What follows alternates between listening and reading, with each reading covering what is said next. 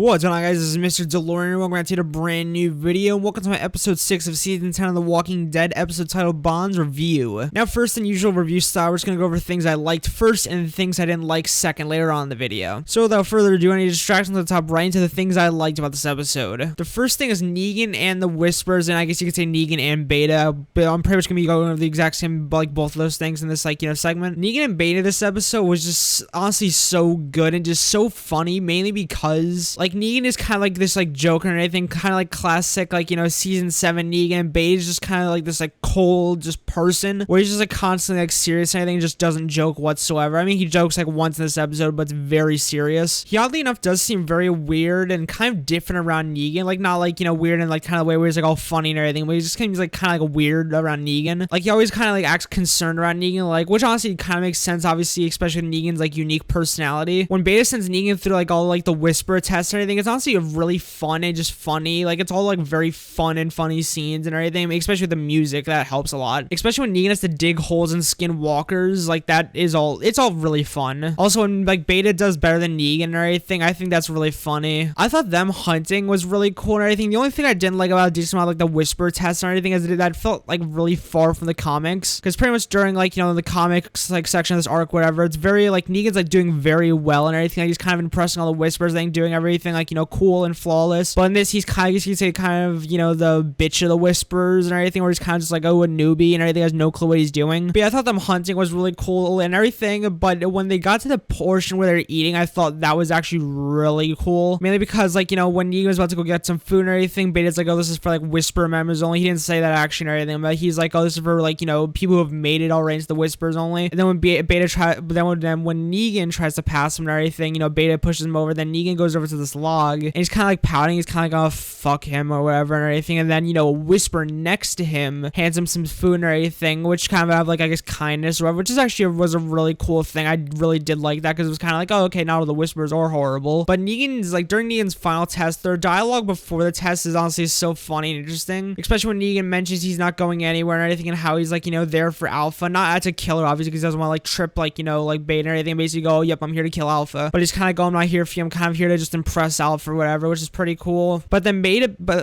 kind of makes a bit of a joke, which is very interesting. It's not, like, I guess you could say, like a laughable joke. It's kind of just, just kind of a small joke. But then Beta pretty much kills, like, a Whisper and everything, the same Whisper that gave Negan food, obviously, because Beta didn't like that the Whisper gave him food. Obviously, the Whisper makes some form of, like, noise, whatever, and everything, which attracts, like, all the walkers towards, like, Negan. And pretty much Beta escapes while Negan gets surrounded by all the walkers thing, which is his final test, escape from all the walkers, which it's a very cool and funny scene, because Negan's knife breaks and everything inside the walker's head or whatever and everything. He's like, you gotta be shitting me. Just very, like, funny and everything. I liked all, like, premise the test of this, like, episode and everything. But near the end of their plot and everything, back at the Whisper camp, just when Beta's about to tell, like, Alpha that Negan's dead and everything, that I failed on the test, Negan pretty much makes, like, a fucking hilarious entrance and everything, basically yelling for his skin suit and everything, which gets all the Whispers' attention. Like, they're like, oh, what the hell is that? Especially, like, Alpha and Beta's reaction when they hear, like, Negan scream is just so freaking funny. Negan's, talking about, like, his balls and everything, saying, like, oh, get me that extra big skin suit and everything. It's just super funny. But it gets also very interesting when, like, Negan walks up to Alpha and Beta and everything. Well, mainly to Alpha and everything. Basically says, I know who you are and everything. Whatever I have is yours. I'm into the Whispers. I think I'm in them. I'll do whatever. That was definitely interesting. And their plot line was probably the most interesting of this episode. I don't know. There was a lot of, like, very interesting ones this episode that we have to get to. The next ones is Siddiq, Dante's, and Rosita's, like, kind of a plot trio. This plot line was pretty interesting and everything. I thought Dante, like, talking to that old lady in the infirmary was actually pretty funny, and Siddiq and Dante having some funny and serious interactions in this episode. They were pretty interesting, especially when Siddiq discovers that, like, the sickness is spreading quickly, but, like, beyond everyone else and everything. He pretty much yells at Dante, but later apologizes. I thought that was all, like, interesting conflict and, like, stuff like that. Siddiq learning that, like, Rosita was sick and everything and was also interesting, especially, like, the scenes where, like, Rosita and, like, Siddiq spent together and everything. I thought that was pretty cool. People said that they had an issue with, like, Siddiq literally teleporting between communities, I think, but, like, after, like, the second time, he pretty much, like,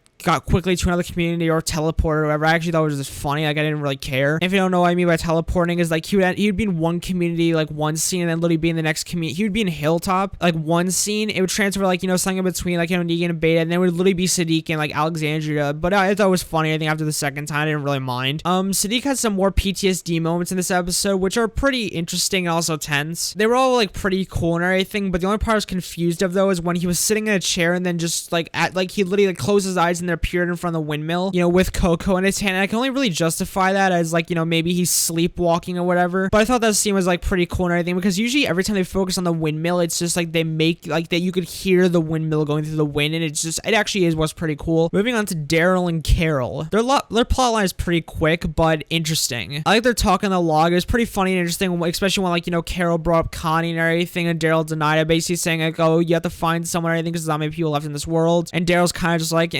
don't know. And he actually does look like he is thinking about it, which is pretty cool. Their talk along like all like, you know, besides that and everything on the log was pretty interesting. Like, I just liked it. Also, when they cross the borders, like that's when it gets really, really intense, because obviously, like, you know, Carol's not out there to really look for Negan. She's out there to, you know, destroy Alpha's border, which I thought was, nope, you're not gonna destroy that like herd or anything. I think I just said like destroy her like border, but I meant like destroy her herd, which obviously she is not gonna do. I liked when they were watching the Whispers and the Walkers, like, you know, milling around the field, and I think especially when Daryl almost got spotted but then slit a Walker's throat and covered himself in blood, which I didn't know this, but that was actually the first time Daryl ever actually used that strategy and everything, which I thought was a very cool scene. I actually really liked it. That was definitely cool and everything. But I also liked when Daryl got back to the board to meet up with Carol and everything, because that was like their meeting spot for like any of them got spotted. But we find out in a huge reveal that Carol was spotted by the Whisper, by like a Whisper whatever, and took him hostage, like a Whisper hostage, which was fucking crazy and everything, but all around very interesting, because obviously if she got spotted, she can't let that Whisper go. I thought Daryl's reaction, like, oh, honestly, when he was like, oh, what is this and I thought that was extremely interesting. Moving on to the final kind of like, I guess you say, plot line to like review this episode is Eugene and the secret radio lady. I thought their talk was pretty cool and interesting, especially how like, you know, Eugene actually looked happy. I thought the lady was actually pretty cool too. We all know, everyone who knows the comics or even doesn't know the comics, but like, you know, pretty much knows like, you know, a little bit about the comics, or at least the Commonwealth arc, pretty much knows who this is, and it's pretty much confirmed that it is Stephanie. Like, I guess you could say the radio person from the Commonwealth. Their conversations were all around cool and definitely got my attention and were just very interesting. I genuinely like them together and everything. I can't wait for their meeting, and obviously that will definitely eventually happen. I thought it was cool when Eugene kind of, you know, gave some genuine backstory about where he came from, you know, what he did before the apocalypse, especially how it was revealed that him and the lady on the radio might have actually met before the apocalypse. I thought that was very, definitely unique and interesting, because I was like, woo, did they actually maybe meet like, you know, somewhere before the apocalypse as children? I don't know, maybe. Also, I did forget to mention some things in this review, such as, you know, things I didn't like, and, you know, one other thing that I did like. I thought the cinematography in this episode was actually really good. It's not something that I usually like, you know, talk about in these videos, but I did really like the cinematography, especially the part where Daryl and Carol were initially going for, you know, the whisper board. I thought that was really like cool, and I think how they were walking through like, you know, the grass, and it looked like very misty and just like very like terrifying, intense, and cool. I guess spooky is kind of more of the word I was actually going for. Also, a thing I didn't really like about this episode, there's only really one thing I guess you could say I didn't really like, and it's a very small thing in detail, but I really didn't like when, you know, like Alpha kind of questioned Beta, saying like, oh, you've been questioning me a lot. And this is kind of like the big, like, you know, comic moment where like, you know, Alpha's like, is this finally a challenge where you're gonna step up to be the Alpha? And Beta kind of gives like a really